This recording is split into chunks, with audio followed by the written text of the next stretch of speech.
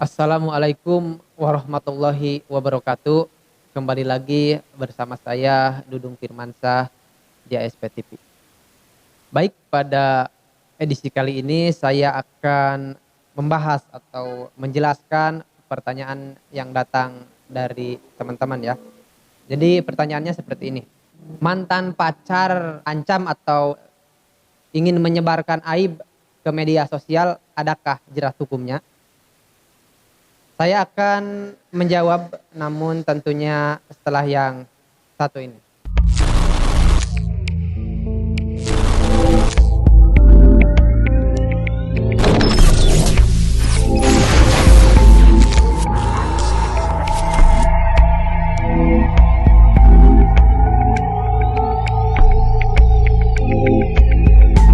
Baik, jadi kurang lebih kronologinya seperti ini nih. Saya bacakan ya. Kata si penanya, si wanita yang tadi. Saya sudah beberapa bulan ini putus dari pacar. Sejujurnya sudah lama saya ingin putus. Namun ia mengancam akan mengirimkan video yang tidak senonoh ya, dalam tanda petik video ya, video seks lah katakanlah, yang ia rekam secara diam-diam. Nah,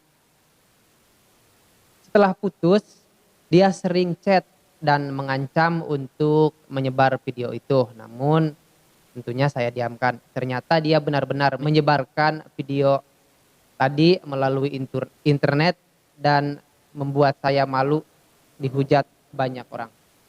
Terlebih saya dicap sebagai perempuan yang murahan, dipandang rendah dan dipandang sebelah mata tentunya. Nah, langkah hukum apa yang harus saya lakukan, kata si penanya. Kalau lapor polisi misalkan, apakah saya ikut dihukum karena saya ada di dalam video tersebut atau tidak gitu. Nah, untuk menjawab pertanyaan tadi tentunya kita harus paham dulu dan saya akan jelaskan ya. Tindakan mantan pacar yang mengancam menyebar video porno termasuk ke dalam salah satu bentuk kekerasan cyber. Sebagaimana yang diterangkan oleh Komisi Anti Kekerasan Terhadap Perempuan atau Komnas HAM ya, dalam catatan kekerasan tahunan terhadap perempuan 2018 dan 2019, di mana di situ dijelaskan bahwasannya kekerasan terhadap perempuan berbasis cyber dibagi ke dalam beberapa jenis, di antaranya cyber harassment dan revenge porn. Apa sih cyber harassment itu? Yang artinya itu penggunaan teknologi untuk menghubungi, mengganggu, mengancam, dan menakut-nakuti si korban. Nah, yang revenge porn itu apa? Jadi artinya yaitu bentuk khusus penggunaan teknologi untuk menyebarkan konten-konten yang merusak reputasi si korban. Berdasarkan penjelasan di atas, tentunya perbuatan mantan tadi dapat dikategorikan sebagai suatu tindak kekerasan cyber terhadap perempuan. Merujuk pada undang-undang pornografi, yang dikategorikan sebagai pornografi adalah gambar, sketsa, ilustrasi, foto, tulisan, suara, bunyi, bisa itu gambar bergerak, animasi, kartun, gerak tubuh, atau bentuk pesan lain melalui berbagai media sosial dan dipertunjukkan di muka umum. Nah, kaitan dengan perbuatan mantan pacar yang tadi, yang merekam video secara diam-diam, itu merupakan suatu tindakan yang dilarang sebagaimana diatur pada pasal 4 ayat 1 Undang-Undang Pornografi, yang bunyinya seperti ini.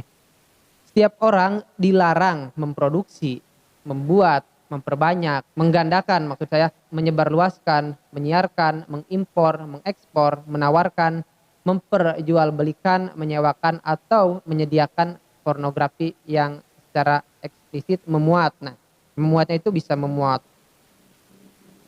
persenggaman, kekerasan seksual, masturbasi, ketelanjangan, atau pornografi anak. Nah, sehingga terhadap mantan Anda yang melakukan perekaman video berhubungan seksual Anda tanpa sepengetahuan Anda dan tanpa persetujuan Anda, ia dapat dijerat dengan pasal 4 ayat 1 junto pasal 29 Undang-Undang Pornografi karena memang telah membuat pornografi dan diancam pidana penjara minimal 6 bulan dan maksimal 12 tahun atau pidana denda 250 juta dan maksimal 6 miliar.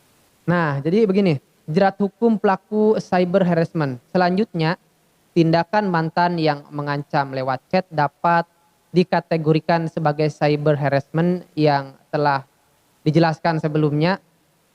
Jadi, yang mengancam lewat chat dapat dijerat dengan pasal 29 Undang-Undang ITE junto pasal 45B Undang-Undang nomor 19 tahun 2016 yang bunyinya seperti ini. Setiap orang yang dengan sengaja dan tanpa hak mengirimkan, menginformasikan elektronik atau dokumen elektronik yang berisi ancaman, kekerasan, menakut-nakuti yang ditunjukkan secara pribadi sebagaimana dimaksud dalam pasal 29 dipidana dengan pidana penjara paling lama 4 tahun dan denda paling banyak 750 juta rupiah. Jadi sudah jelas ya untuk perihal mantan Anda yang mengancam lewat media sosial atau dapat dikenakan dengan pasal 29. Nah, sedangkan jerat hukum yang mantan Anda tadi sebarkan atau ingin menyebarkan atau sudah menyebarkan ya video porno sebagaimana yang telah dijelaskan di awal, tindakan mantan pacar Anda tadi termasuk kategori kekerasan cyber revenge porn. Sebagaimana pembuat pornografi, pelaku penggandaan dan penyebar luasan pornografi juga dijerat dengan pasal 4 ayat 1 junto pasal 29 Undang-Undang Pornografi.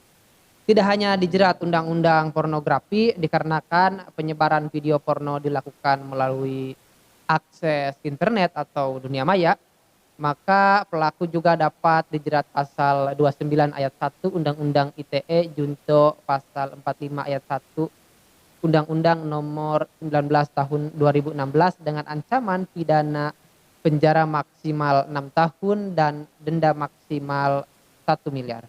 Jadi yang bunyinya itu seperti ini. Setiap orang yang dengan sengaja dan tanpa hak mendistribusikan atau mentransmisikan atau membuat dapat diaksesnya informasi elektronik atau dokumen elektronik yang memiliki muatan melanggar kesusilaan sebagaimana dimaksud dalam pasal 27 ayat 1 dipidana dengan pidana penjara paling lama 6 tahun dan denda paling banyak 1 miliar. Nah, perlu diketahui juga bahwa dalam hal tersebarnya video porno berdasarkan pasal 4 ayat 1, pihak yang dapat dikenakan hukuman adalah orang yang memproduksi, membuat, memperbanyak, menggandakan, menyebarluaskan atau menyewakanlah sehingga kaitan dengan yang tadi apabila mantan pacar merekam video porno tanpa sepengetahuan Anda, maka Anda tidak dapat dijerat hukum berdasarkan pasal 4 ayat 1 Undang-Undang Pornografi karena posisi Anda adalah sebagai orang yang dirugikan akibat direkam dan disebarluaskan video privasi Anda. Nah, untuk itu langkah apa sih yang harus dilakukan Anda? Jadi langkah yang harus dilakukan Anda si wanita tadi ya terhadap mantan pacar yang telah menyebarluaskan video asusila Anda, sebagai langkah hukum Anda bisa membuat laporan ke pihak kepolisian atau atas dugaan tindak pidana yang dilakukan oleh mantan pacar Anda. Jadi nanti mantan pacar Anda dapat dikenakan dengan undang-undang yang tentunya sudah saya jelaskan di awal tadi. Selain undang-undang pornografi, maka mantan pacar Anda pun dapat dikenakan dengan undang-undang ITE. Nah, seperti itu. Jadi sudah jelas ya. Dari kasus ini saya akan memberikan sedikit pesan moral ya, bahwasannya sebagai wanita jagalah harga diri, karena sejatinya harga diri tidak dapat dibeli dengan apapun. Apalagi hanya dengan rayuan gombal si pacar, sehingga dengan maksud agar hal serupa tidak terjadi. Sekian dari saya, kurangnya mohon maaf. Terima kasih. Wassalamualaikum warahmatullahi wabarakatuh. AS Melopon, ayo